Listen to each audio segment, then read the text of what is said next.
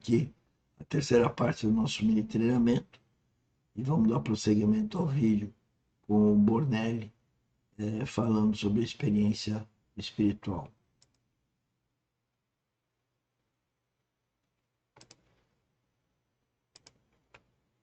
Agora sim. Cristã normal. O caminho da experiência cristã equilibrado, sadio, normal. A maneira como o Espírito Santo quer conduzir todos nós, né? E conheceis o seu caráter provado. Ah, como essa palavra é preciosa. Caráter. Que crise nós vivemos hoje na igreja de caráter. Timóteo, como falamos, um jovem, menos de 40 anos. E Paulo vai dizer, ele tem caráter provado. Quando escreve para ele, na segunda epístola, 2 Timóteo, capítulo 2, ele diz, procura apresentar-te a Deus aprovado, como um obreiro que não tem do que se envergonhar, que maneja bem a palavra da verdade. Esse era Timóteo. Então está aí um exemplo da mente de Cristo nesse vaso tão jovem, Timóteo. E conheceis seu caráter provado, verso 22, pois ele serviu ao evangelho junto comigo, como filho ao Pai. Que palavras mais doces. Me lembro certa vez que um querido irmão mencionou, estudando as epístolas de Paulo, as 13 epístolas, que Paulo menciona nelas mais de 70 nomes de pessoas. E com muitos fazendo deferências pessoais muito claras. Sabe o que isso significa para nós? Vamos dizer assim, o grande apóstolo Paulo, esse homem de tanta estatura espiritual, tanta visão e tanta revelação, era um homem profundamente relacional. Amigo, companheiro. Ele se refere ao Epafrodito nessa carta e diz, meu fiel companheiro de jugo. Peço que auxilie essas duas irmãs aí de Filipos, Evódia e Sintique. Elas estão em contenda. Ajude as duas, para que elas pensem em comum acordo no Senhor. Que doçura, irmão. Ele começa sua carta usando uma palavra, claro que no original é uma palavra, mais ou menos uma palavra em inglês, que significa eu sinto falta de você, né? I miss you, I long you. Mas no nosso tradutor, João Ferreira de Almeida, usou a nossa palavra única em português, saudade. Ele inicia essa epístola falando, Deus é testemunha da saudade que eu sinto de todas as eternas misericórdias. Então, aí está o exemplo da mente de Cristo em Timóteo. Agora, olhem Epafrodito, verso 25. Julguei também necessário mandar até vós Epafrodito, por um lado meu irmão, cooperador, companheiro de lutas, e por outro, vosso mensageiro, e vosso auxiliar nas minhas necessidades. Ele quem levou o donativo dos filipenses para Paulo. Aliás, esse é um intercâmbio tão lindo, que é sempre bom nos lembrar. Lá estava aquele guerreiro do Senhor aprisionado, Paulo, fiel servo. A igreja de Filipenses, que era fruto do seu trabalho, o amava, enviou donativos materiais para ele, por Epafrodito, e volta com uma epístola que permaneceria aí nas mãos da igreja por 2000 anos. Será que teve mais valor? Visto que ele tinha de novo saudade, verso 26, de todos vós, e estava angustiado porque ouvistes que adoeceu. A pessoa, quando adoece, só pensa em si mesmo. Epafrodito adoeceu e só pensava nos filipenses, porque ficou sabendo que os filipenses ouviram que ele adoeceu. E como o coração deles deveria estar angustiado por ele. Com efeito, ele adoeceu mortalmente. Deus, porém, se compadeceu dele e também de mim, para que eu não tivesse tristeza sobre tristeza. Por isso, tanto mais me apresso em mandá-lo, para que, vendo novamente, vos alegreis, e eu tenha menos tristeza. Recebei-o, pois, no Senhor, com toda alegria, e honrai sempre a homens como esse, visto que por causa da obra de Cristo chegou ele às portas da morte, e se dispôs a dar a própria vida para suprir a vossa carência de socorro para comigo. Não é um lindo capítulo? É o capítulo sobre a mente de Cristo, que está ilustrada na vida. Não só de Cristo mesmo, que a si mesmo se humilhou e a si mesmo se esvaziou, mas na vida de Timóteo e na vida de Epafrodito. Essa é a mente de Cristo.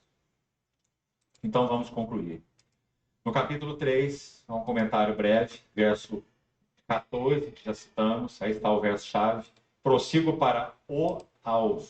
Então, já explicamos também, Paulo está dizendo que seu coração era todo ocupado com Cristo, e essa soberana, essa ascensional vocação de Deus em Cristo era o seu alvo.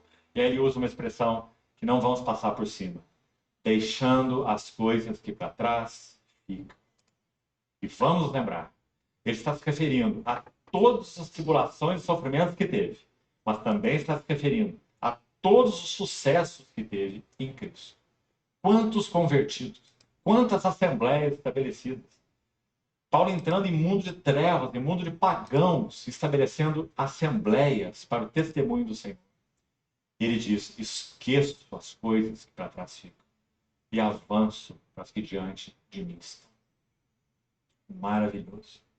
Ele não tinha o seu coração dividido nem mesmo entre Cristo e a igreja, e entre Cristo e a obra de Deus. Então, esse é capítulo 3, brevemente. E o capítulo 4, então, e vamos concluir. O verso 13, que citamos como verso-chave, esse tudo posso naquele que me fortalece. Cristo é seu tudo. E então, desde o verso 11, no contexto aí, ele vai usar uma expressão também encorajadora para nós, na nossa experiência espiritual. Porque a palavra é aprendi. Significa que um processo se cumpriu. Significa que quando o Senhor o alcançou lá em Damasco, ele não sabia ainda não. Significa que quando ele escreveu lá suas primeiras epístolas para os Tessalonicenses, primeira e segunda, ele também ainda não sabia não. Mas agora, escrevendo aos Filipenses, ele tem algo em torno de 25 anos jornadeando com o Senhor. Uma jornada tão profunda, tão sólida, de tanta intimidade. Então ele vai poder dizer, eu aprendi. Encorajadora palavra para todos nós. Todos somos chamados a aprender a mesma lição. Porque essa é a experiência cristã normal. Não é do super espiritual, não é do super homem, não é do vaso particular do Senhor. É a experiência cristã normal. Qual é a normalidade da vida cristã? É vivermos contente em toda e qualquer situação. Aí ele vai dizer, eu sei ser humilhado e eu também sei ser honrado. Dois polos muito significativos. Quando somos humilhados, tendemos a nos deprimir. Quando somos honrados, tendemos a nos ensoberbecer. Aí ele vai dizer, tanto sei ter abundância, quanto sei ter escassez. Quando temos abundância, colocamos nosso coração na abundância.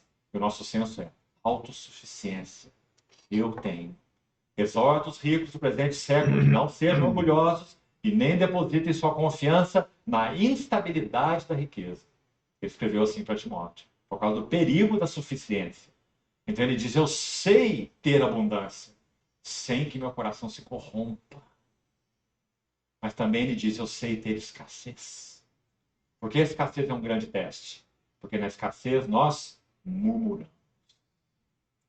E aqui mesmo, Filipenses capítulo 2, ele escreve assim, fazei tudo sem murmurações e nem contendas, para que vos torneis irrepreensíveis e sinceros, filhos de Deus inculpáveis, no meio de uma geração pervertida e corrupta, no qual resplandeceis como luzeiros. Como nós podemos viver sem murmuração? Na necessidade, como ele disse, se nós também aprendemos. Bom, senhores, eu encerro aqui a terceira parte do nosso mini treinamento com esse problema de voz, pedindo para os senhores compartilharem, agendarem um workshop conosco. O link está na descrição do vídeo, é o primeiro link do grupo do WhatsApp, e a partir dele então a gente pode estar marcando esse workshop todos os dias de segunda a sexta, às 16 horas. E peço para vocês verem o original, que está no curso, no mini treinamento que encerramos agora, o curso de granometria e limites, que é o Labo 2. Vejam nossa grade de curso, as emendas, e venham nos conhecer na nossa reunião de workshop gratuito. Obrigado. Desculpa aí a minha saúde momentânea. Até logo.